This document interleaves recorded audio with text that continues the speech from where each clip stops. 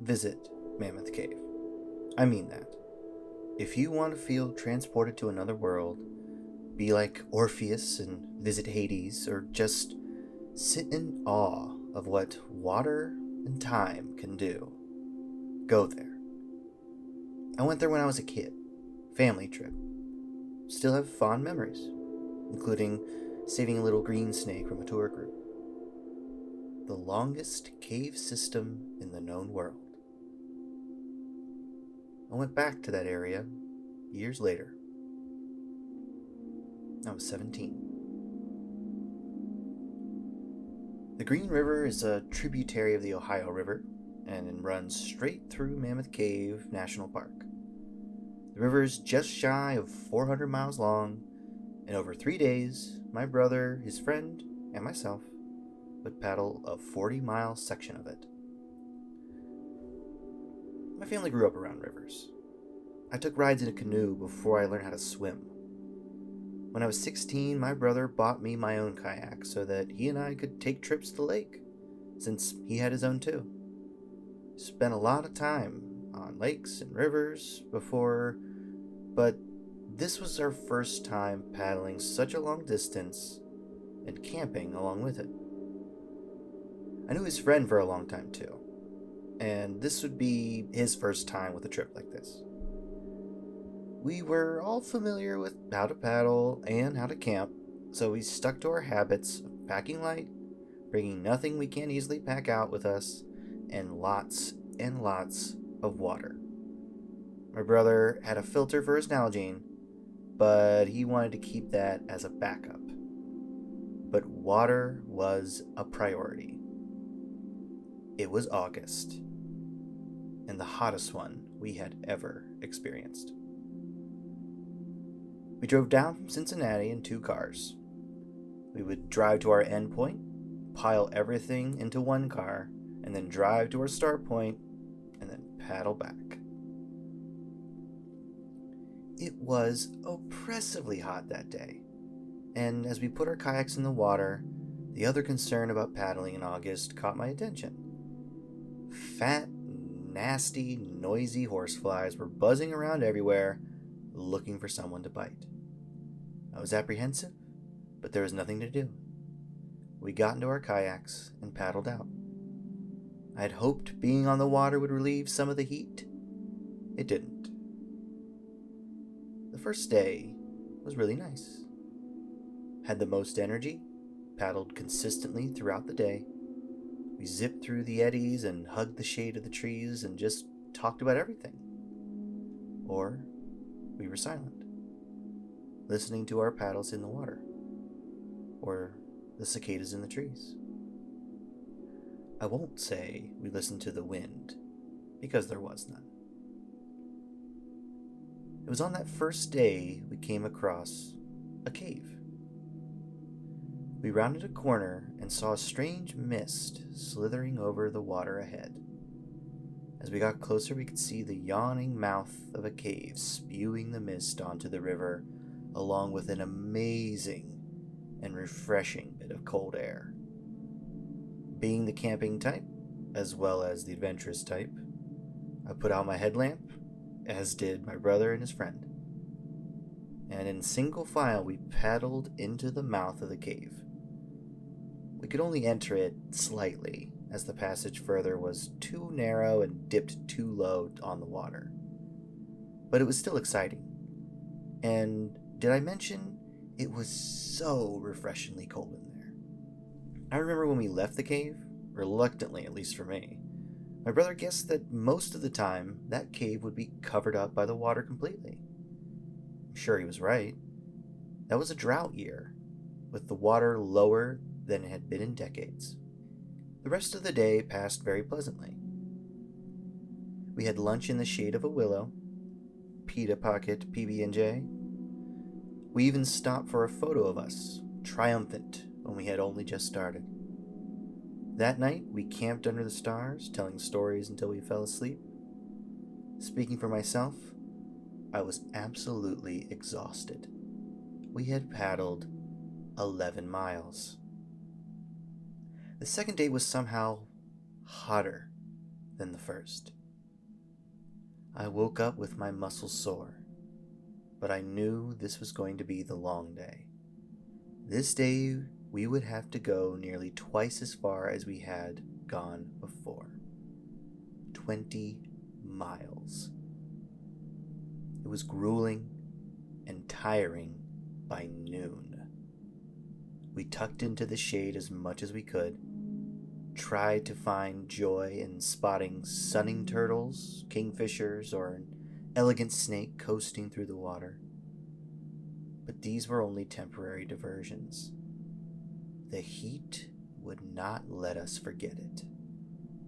Around every bend, I hoped for that relieving mist from a cave on the water, but I was only ever disappointed that day.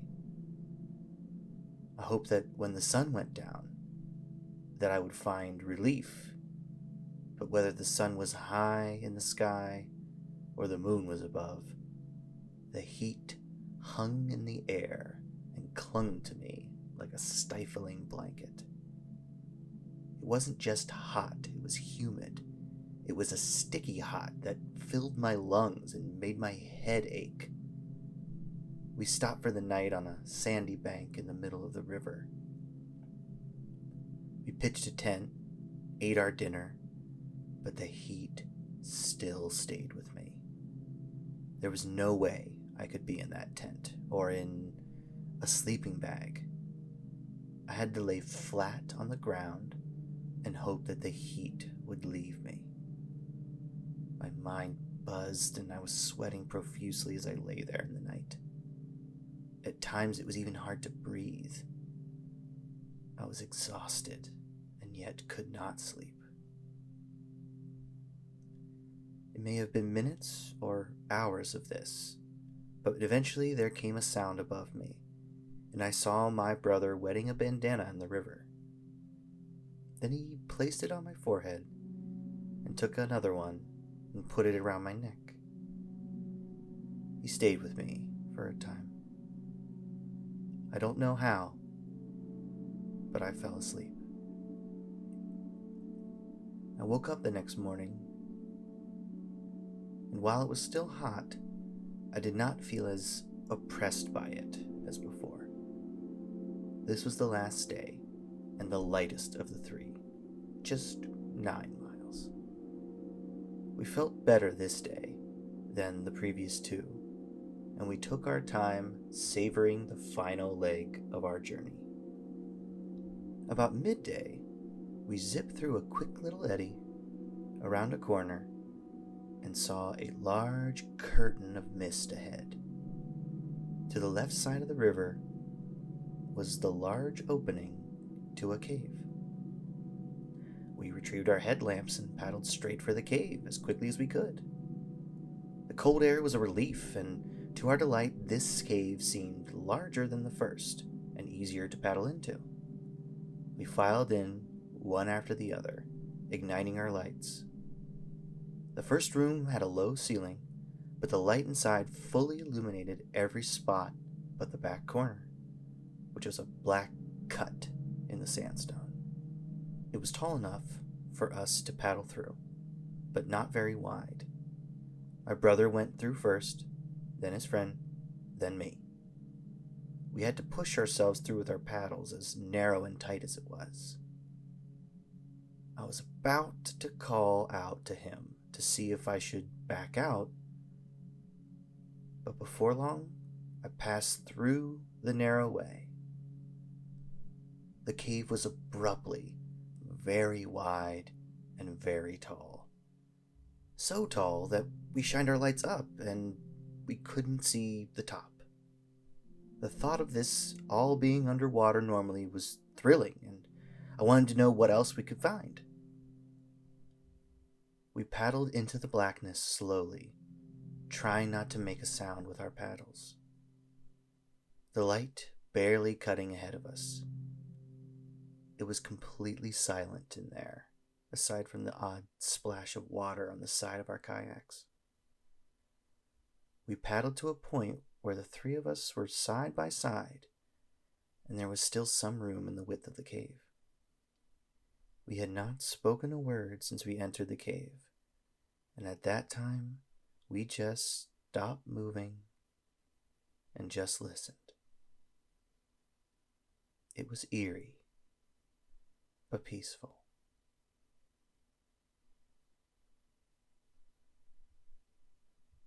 Then we heard something.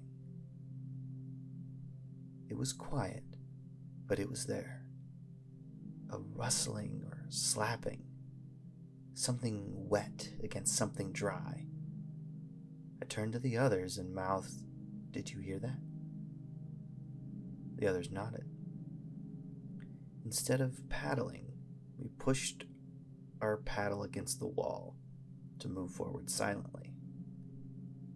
The sound continued, and we could tell, as there was nothing else to hear, it was just ahead of us. We moved forward enough until we could see the faint outline of a rocky ledge on the side of the cave about 10 yards ahead. With all 3 lights on it, I could see something collected on its surface. Sticks, rocks. It was hard to tell, but there was something on it. We listened and looked intently for the source of the noise. Then, something on the ledge moved, and moved closer to the light. It shambled over the ledge on all 4s. It stretched out its forelimbs like an ape or a sloth strides with its arms as it crawls. It had a head that glistened in the light, and a pair of eyes that shined bright. It paused on the ledge, looking at us, before it turned downward, and we heard that same slapping sound, this time with a little grunt or chirp. We exchanged nervous looks, which caused the light to shift around to each other. Realizing our mistake, I pointed to the creature, and we focused our light there. It was already staring at us again. We froze, not sure what to do. Then it slid into the water, heading toward us. We abandoned silence and splashed loudly back, spinning ourselves around and speeding out of the darkness. I was the first one out, my brother the last. Re-entering the light of day, we splashed onto the shallow bank and got out of our kayaks. There, on the shore, one of us asked quite plainly, "What the hell was that?" We didn't know. We will never know. We finished that day. 40 miles in 3 days, along a river that passes through the longest cave system in the world. The known world.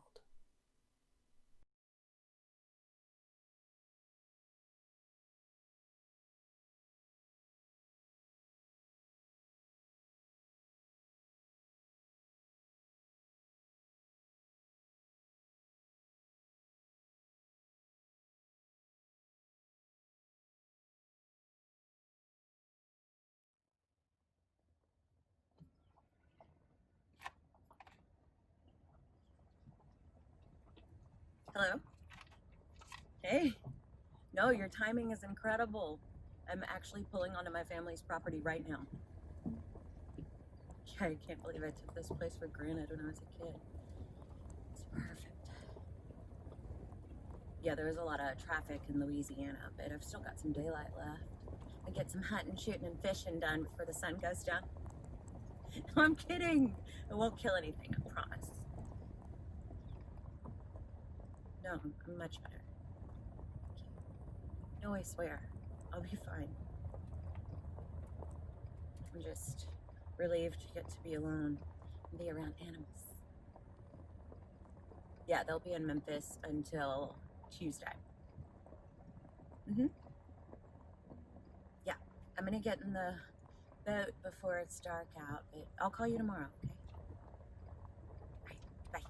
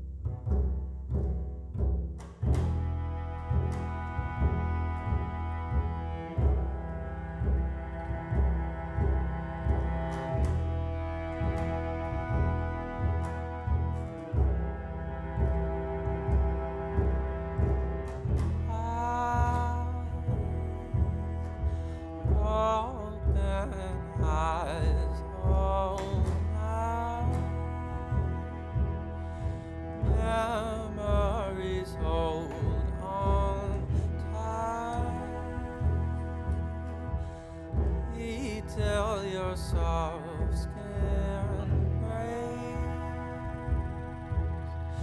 Shards of glass I create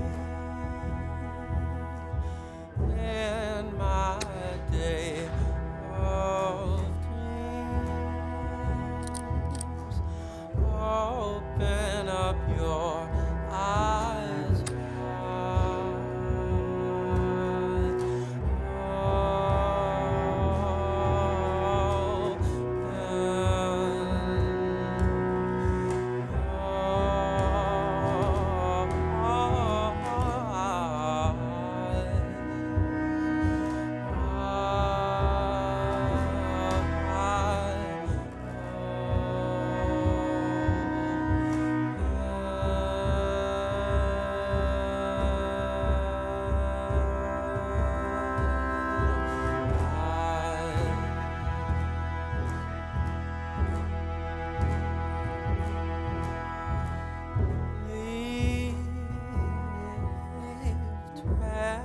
Of yourself on the path, revealing what you lack, not sacrificing strides you no longer.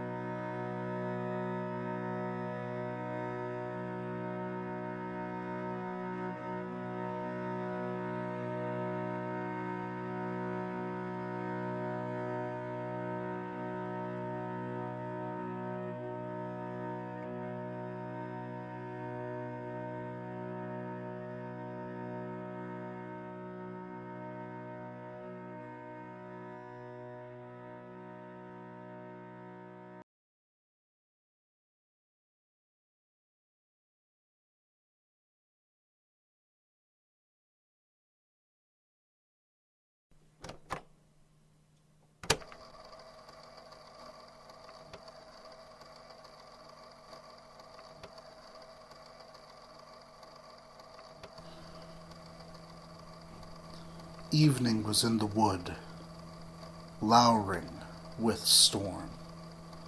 A time of drought had sucked the weedy pool and baked the channels. Birds had done with song.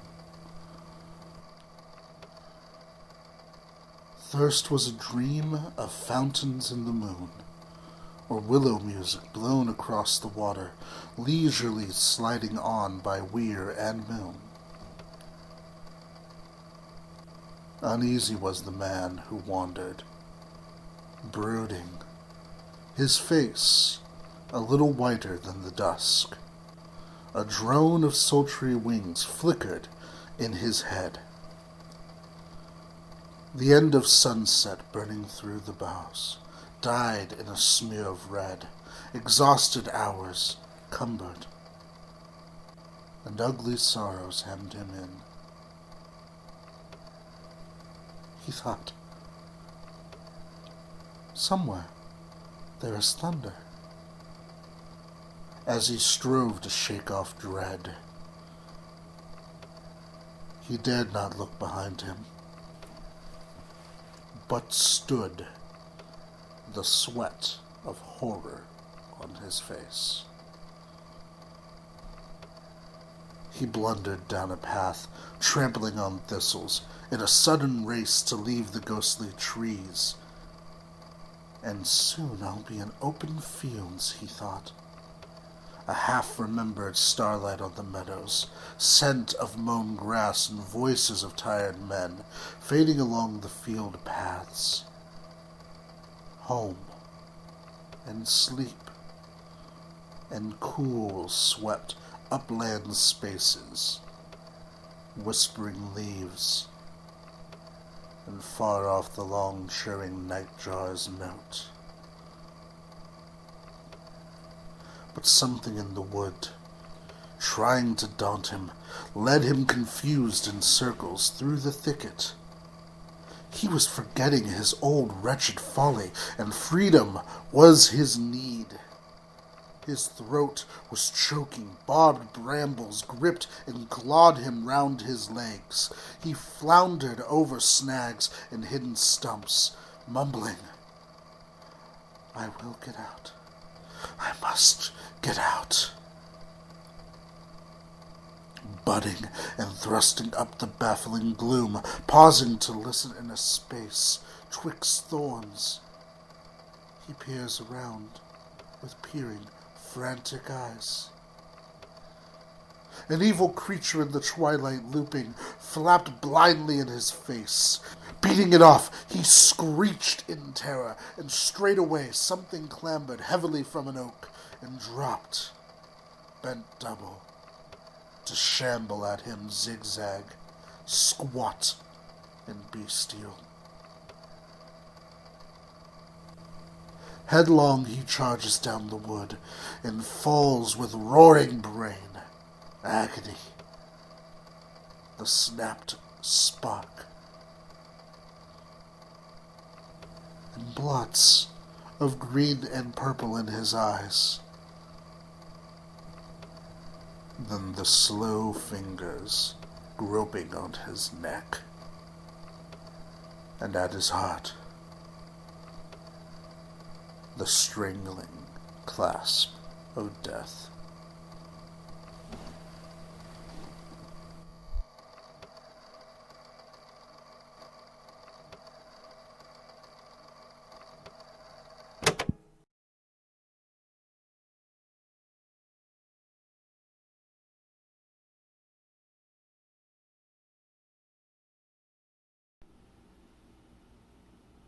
Beware the Jabberwock, my son, the jaws that bite, the claws that catch. Beware the Jubjub bird and shun the frumious Bandersnatch. When I was little, the Jabberwocky from the 1985 movie version of Alice in Wonderland lived under my bed. I do not remember the first time it appeared to me, nor the second, nor the third. I do not remember precisely how long it lived under my bed, but I have a rough guess. Time and memory to me are like a deep, vast lake filled with happy, sad, angry, laughing, and regretful fish all swimming about near the surface. But the Jabberwock lives in the depths. One of the horrors that I don't dare to try to catch again. It sleeps now, so I shall tell this story quietly. In the dead of night, I could summon it with 1, 2, 3 knocks upon my mattress. Then I would tilt my head over the side, and the Jabberwock would slide its head out as well, a creature of utter terror with glowing red eyes, madly slavering, and it would shake its needle-studded maw back and forth as if laughing at me. I'd gasp, and I'd fling my head back and press myself into the mattress, press myself so deep, and then stay absolutely perfectly still until I fell back asleep again.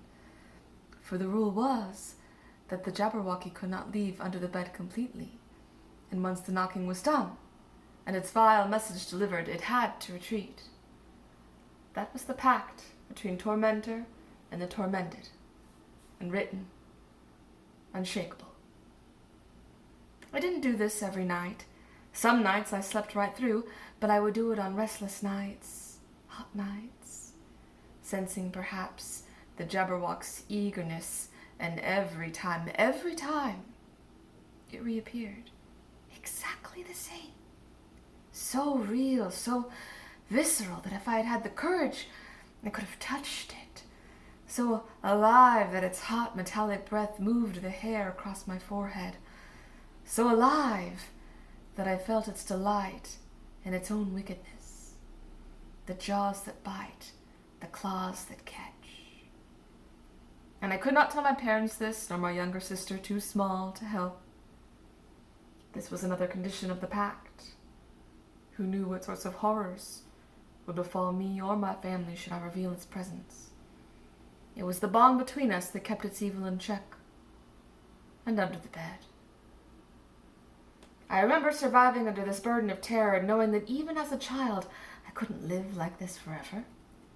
So one night, right before bedtime, with the sun barely below the horizon and the cicadas chirping outside in the humid dusk, using my mom for moral support, although I did not disclose to her why and told her not to listen to anything that happened, I opened the closet door wide, its bright light casting reassuring rays under the bed. Then I lay down on the toy-cluttered beige carpet, and I asked, very politely, if the Jabberwocky would leave me alone. I flattered it.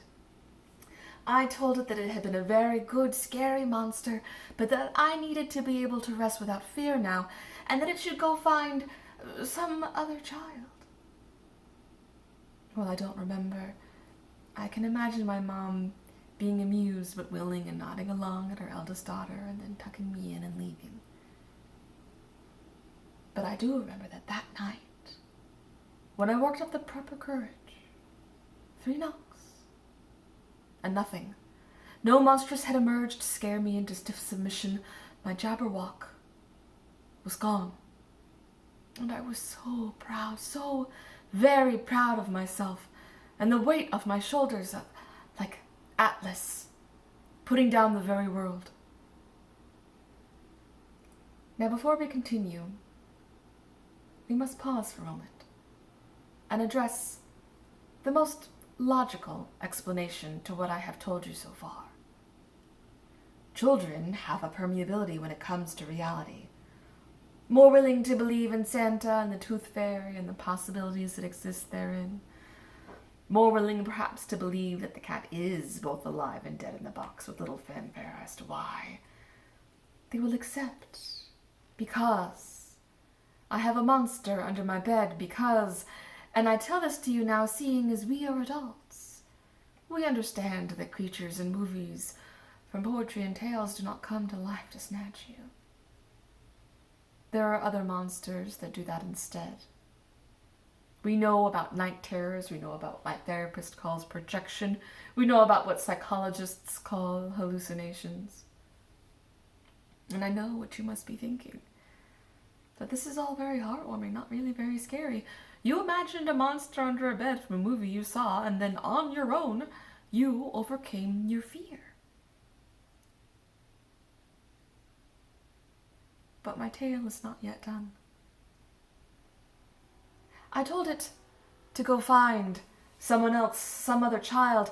I assumed that the rules would remain the same and that the child's fortitude would be similar to my own. As a child myself, what other option was there? What other thought was I to have? The beast was not always a part of my life. I had lived without a monster under the bed before, and I would do so after. Surely there was someone else to carry the weight of the fear of the beast and obey its mandates, and then when their unjust penance reached a culmination, they too could ask it to move on, to find someone else, to pass the fear along, to request it to be shared. I cannot judge that impulse. I had resisted it as long as a young child could, but in the end, I was only human. Roughly 2 months later after this happened, a small girl was found in a bayou about 25 miles away where my family lived.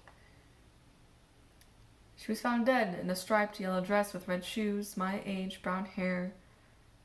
Found dead in a copse of trees.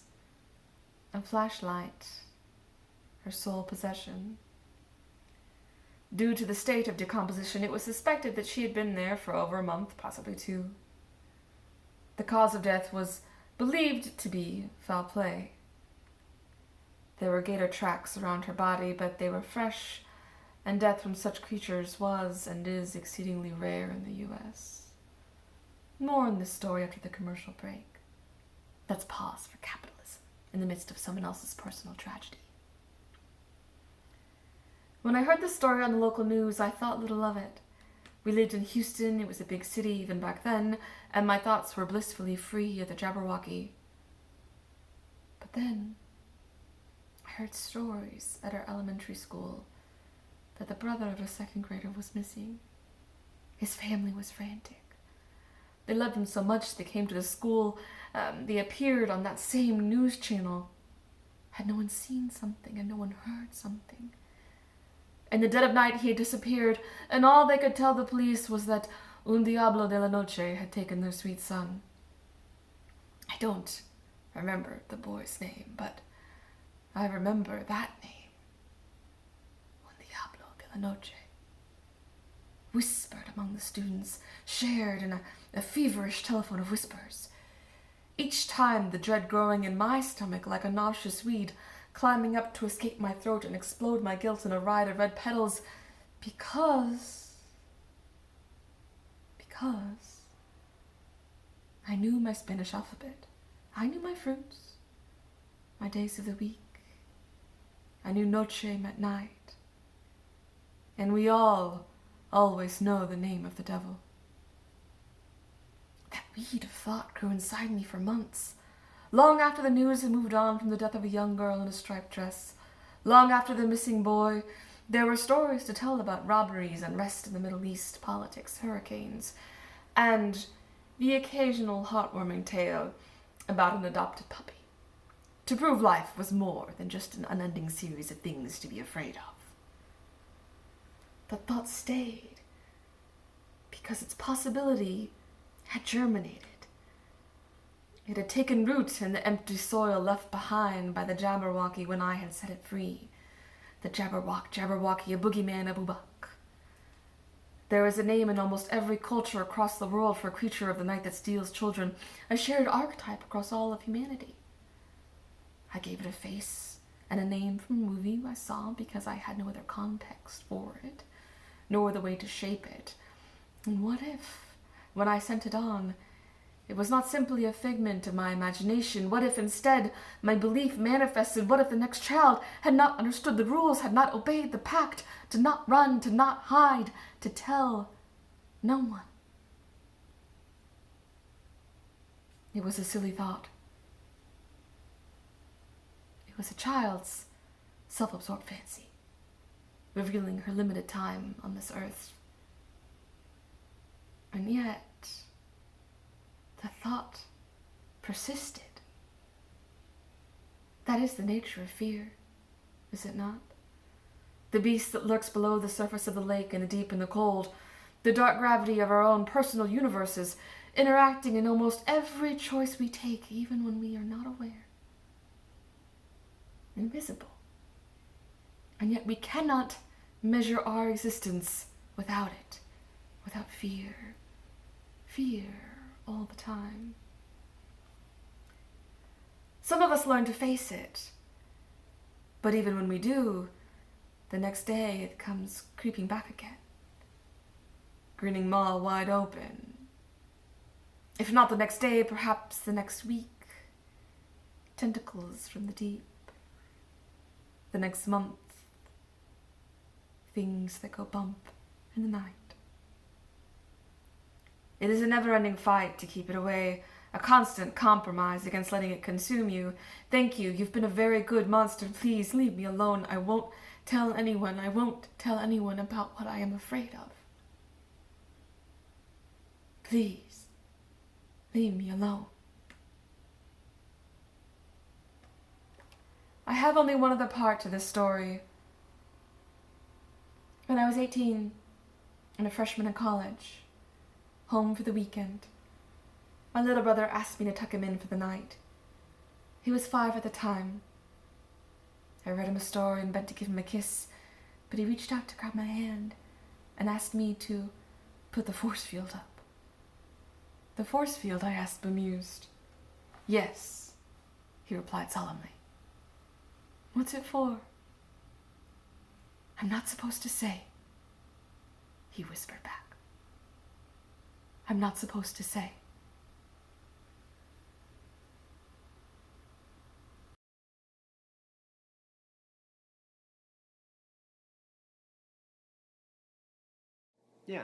Yeah. No, I know what you're going for. Succinct.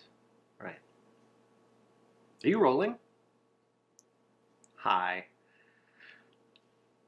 I am an archivist, which means it's my job to preserve the history of things, be that an organization, a group, an individual.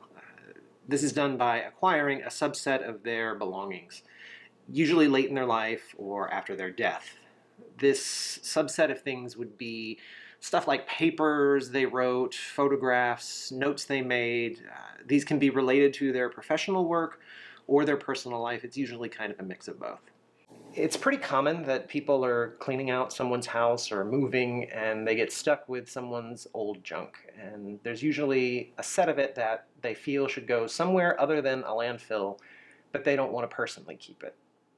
I was working at a religious-based archive when we got such a call. It was the cousin of a priest who was very well known in the area. He had about 50 boxes of stuff and wanted to know if we'd be interested in adding it to our historical collection. This was a priest who was much beloved. He was a carpenter in his spare time. Almost everyone in town had a cross or a chair or something that he had carved for them at one time or another. There were benches in parks all over the city that he had built. There were chapels named after him. Of course, yes, we want it. We'll take it. When the collection came in, I started the process of taking a look at it, appraising it, if you will. There was nothing particularly special about it, at least not from an archivist perspective. It was pretty average. There were some scrapbooks, a little bit of correspondence, letters he received from city and state officials, photographs of different retreats and events he had led, 3 or 4 wooden pieces. As I said, he was a carpenter. These were all in rough shape or broken. They had been stored in an attic and the wood had cracked or bugs had set up homes in them. These were pieces that no one wanted because they were in rough shape but couldn't bring themselves to throw away because of who had created them. The piece that was in the best shape was a jewelry box. Very simple but nice, elegant piece. When I opened it, there was nothing in it. It was actually surprisingly small in interior space, which is, I guess, one of the reasons nobody wanted it. So the collection stayed out in my workroom for a few weeks while the appraisal continued. It wasn't long after the collection came in that things started to occur. Archives are pretty secure places, lots of locked doors, so not just anyone can wander in. And the security system started tripping at night. It was sensing movement in rooms. And the guard would come and look, and no one there. Doors still locked. An archive is also going to regulate the temperature of spaces very carefully. Generally speaking, archives are cold in order to best preserve the materials. We track this data through an HVAC system or other means, and I started seeing dips in the temperature at random times, up to 10 degrees, for no apparent reason. Sometimes you'd be working in a room and you could feel it, and it was just like suddenly you had walked into a freezer, or someone had opened a freezer door right next to you. I had the facilities team come out. They couldn't find what was causing it. They replaced some stuff. That didn't work. Sometimes while you were working, the lights would flicker. The phones had static on them, landlines and cell phones. It was like a cheap walkie-talkie, and signals getting crossed. You could sort of hear static and muffled voices. We thought maybe it was some bizarre electrical system. It was an old building, so maybe it was some weird electrical system thing. So an electrician came out, replaced all kinds of cables, all kinds of systems, thousands of dollars spent, hundreds of man hours, I guess. But these things kept happening. This goes on for weeks while I'm continuing to work my way through the boxes. One day, I come into the office and the jewelry box is on the table. Not where I had left it. Very few people had keys to that space. I asked my boss if she'd been in there. No. I checked with security to see if anyone had been in there. No. I figured maybe it was me. I had just taken it out to show someone, or had been fiddling with it and failed to put it away.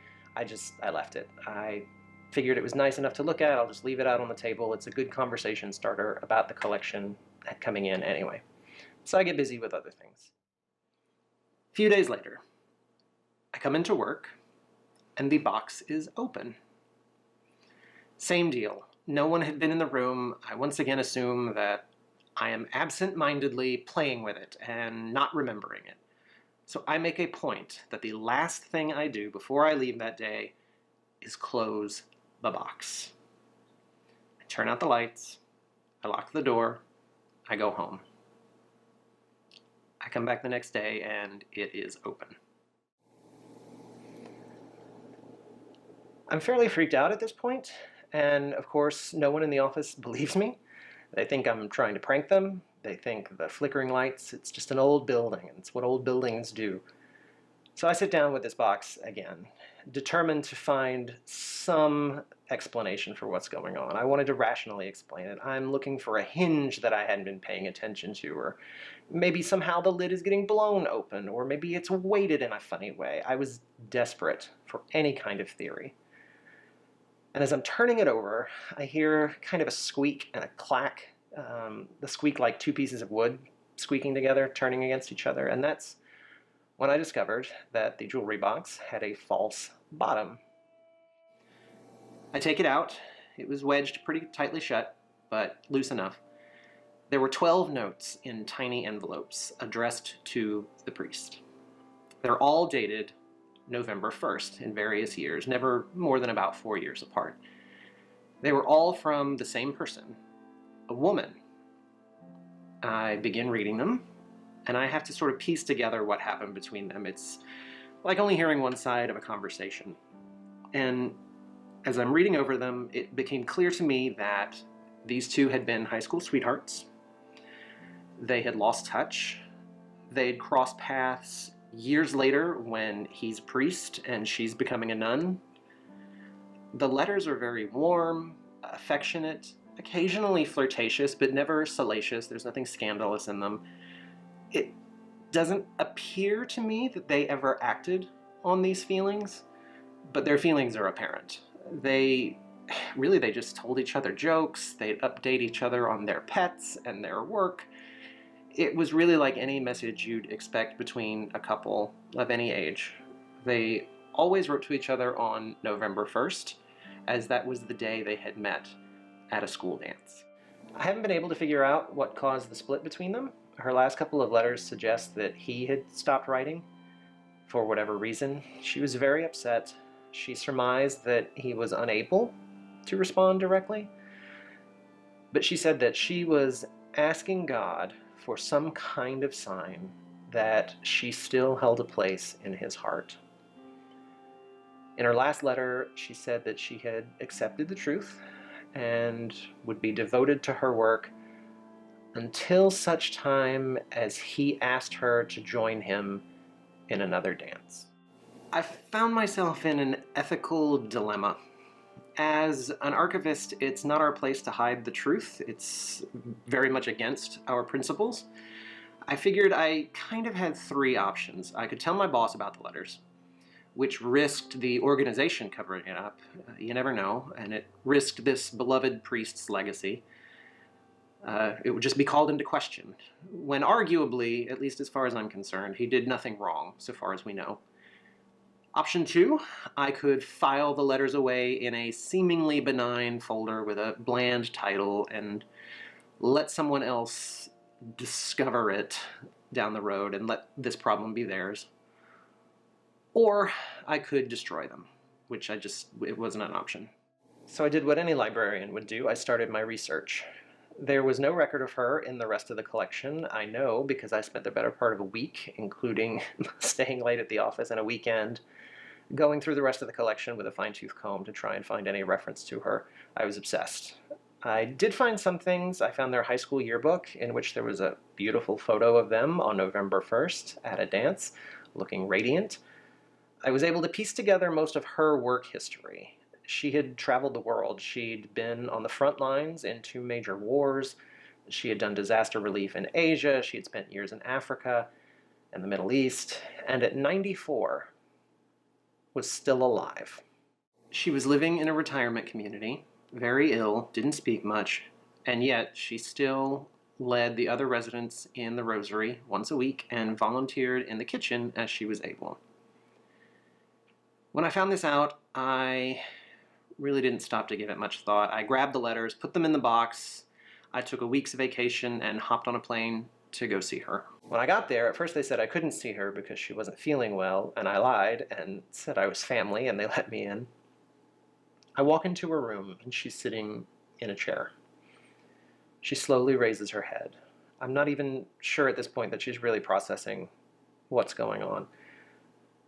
I tell her who I am and the city I'm from. And I take out the box, and I can tell that she recognizes it because she smiles. She reaches out for it. I hand it to her. Instantly, she pops the bottom out and sees her letters for the first time in decades. She stands up. I can't understand what she's saying. Her voice is very brittle, but she is clearly overjoyed. She looks at them, she looks at me, and I can make out 3 words. He kept them. And she is smiling, and I say, yes, he kept them. We hug. I help her back into her chair, and I sat there for a long time, not saying anything. She read each letter carefully, slowly, getting lost in the memories, and smiling. She'd pause, and she'd cry, or she'd laugh. She took her time. I put the box on her table. I said my goodbyes. She took my hands. She put them together with her hands on top, and she whispered what I can only assume was a prayer. She looked deep into my eyes, and she said, "Thank you. Thank you." And I left. When I got back to work, I said that I'd been on vacation. I never told my boss or anyone at work about this. Less than a week passed, and I get a call from the retirement community. The sister had passed 3 days after I left, on November 1st. They asked me if she had said anything to me during my visit, suspecting they were her final days, and I said, yeah. She wanted to be buried with her jewelry box. And she was. The lights in the archives didn't flicker anymore after that.